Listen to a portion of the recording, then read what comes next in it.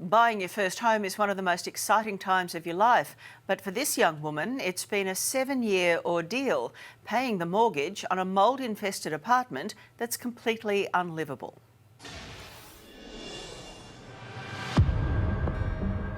They just need to do their job and they need to be decent people. I'm sitting here hemorrhaging money. It's the worst possible combination of all problems that can go wrong. There's no doubt buying your first home is a big deal. It's scary, exciting, and can be overwhelming when it comes to making the right decision. Lucy Wolfman thought buying this brand new apartment she'd snapped up the perfect investment.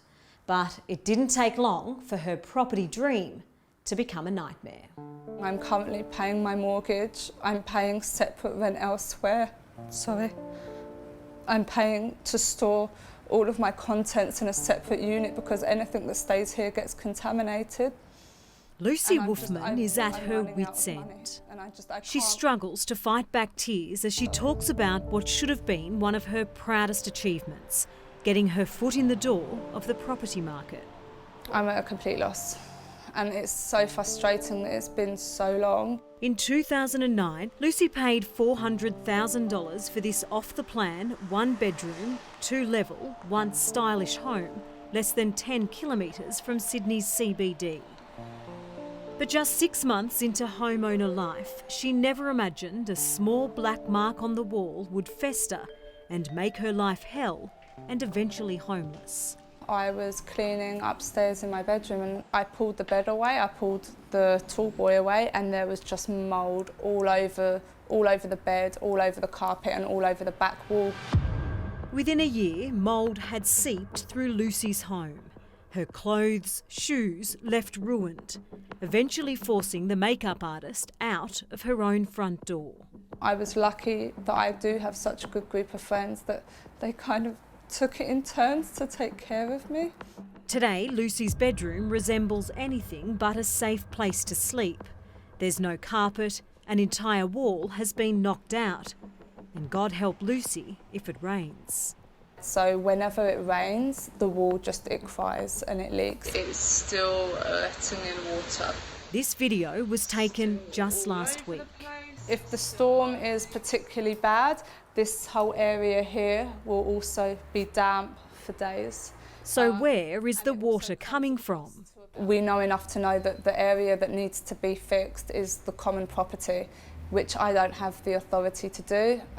We can't actually fix our unit until they fix the common property.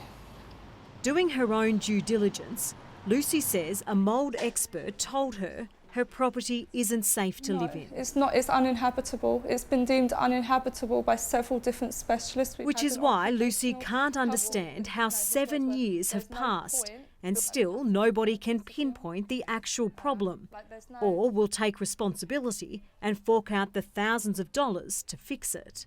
She says it's been a standoff between the builder and the strata management. It's a lot of money to me, but it's money that is a drop in the ocean to them. Edward Dwayhe is the founder and director of Sea Rose Property Group, who developed the Alexandria complex. Well, if there's a water leak in the building, I'm responsible. You know, I was the builder for the job.